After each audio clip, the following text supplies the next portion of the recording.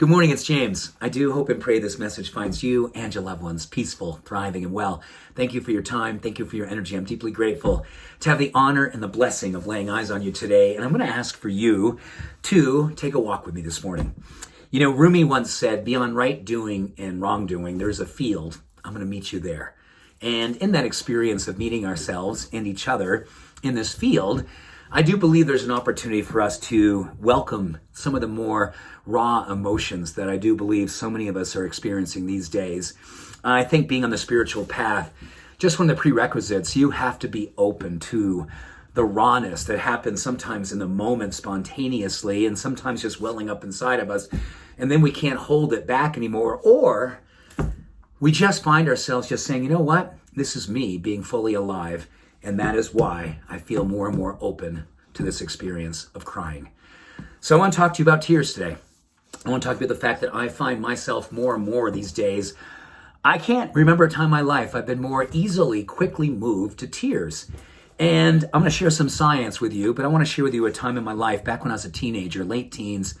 I was so sad and I was so defended. And I was so disconnected from my heart, I couldn't force tears. I couldn't make myself cry for anything. And I know I needed to cry. I know I wanted to cry, but I was so defended and so protected. I didn't want to know of the sadness and the darkness and the heaviness that my life was all about. So I just kind of try to move through it and not look and not feel. And then I think all of us relate to this. In my early 20s, when I started working on a more spiritual level and did a lot of healing work and peeling back the layers, oh my gosh, tears started to come readily, openly, available. Oh my gosh. And I was like, wow, am I okay?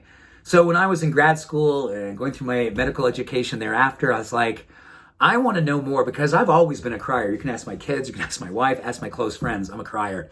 When I start talking about emotional things, real things, vulnerable things, I'm all in. Eyes watered, cheeks, all of it. And I love it. And I want to encourage you, if you are feeling more open these days or wondering what's moving for you these days, studies show that the more we are open and allowing tears to come from hard places, sad places, beautiful places, places of memory, all the places, tears are healing and they're beautiful and they're powerful in these three ways. Number one, they're detoxifying. Studies show that when we tear up, we have a good cry. These things called glucocorticoids literally are in the tears. These are stress hormones, inflammatory. And when we release them, we're releasing this inflammation. We're detoxifying literally through our tears. So that's a beautiful thing. Oh my gosh. Number two, tears help to decrease emotional and physical pain. This is connected to that first point. When we cry, it's helping with inflammation. And studies show that this is happening because we're raising oxytocin levels. And interesting enough, as oxytocin levels come up, pain levels go down, inflammation levels go down, but also on top of that, we build trust. Oxytocin is a trust-building hormone. So when we're crying, on emotional and physiological level, there is trust happening inside of us. And when we do it around people that we feel that we can open up that way to, trust is happening between us as well. And I love crying with others. Oh my gosh, do I ever. Again, ask my family, my friends. And number three, crying serves as a physiological reset. It actually helps to enhance and rebalance hormones associated with emotional disconnection or an inability to feel things the way we'd love to the depth we want to feel them. And at the same time, physiologically, there are things happening with inflammatory hormones, inflammatory markers, different neurochemicals. All these things, after a good cry, get a chance to reset, rebalance, reestablish themselves at a healthy level of foundation. And something called equanimity happens. Our ability to kind of find our way back to those balance points, to notice when we're off, to help us to get back to a place where we feel that sense of wholeness, that openness, that harmony within ourselves, and that vulnerability that feels freeing to be fully who we are and authentically express that through tears, through smiles, through emotions of all kinds. So, if this is something that's moving for you these days, please know that you're not alone.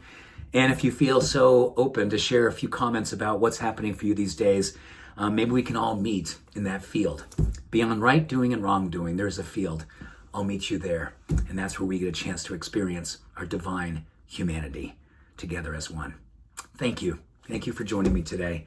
I appreciate you, and I'm sending you much love. Take care. Bye for now.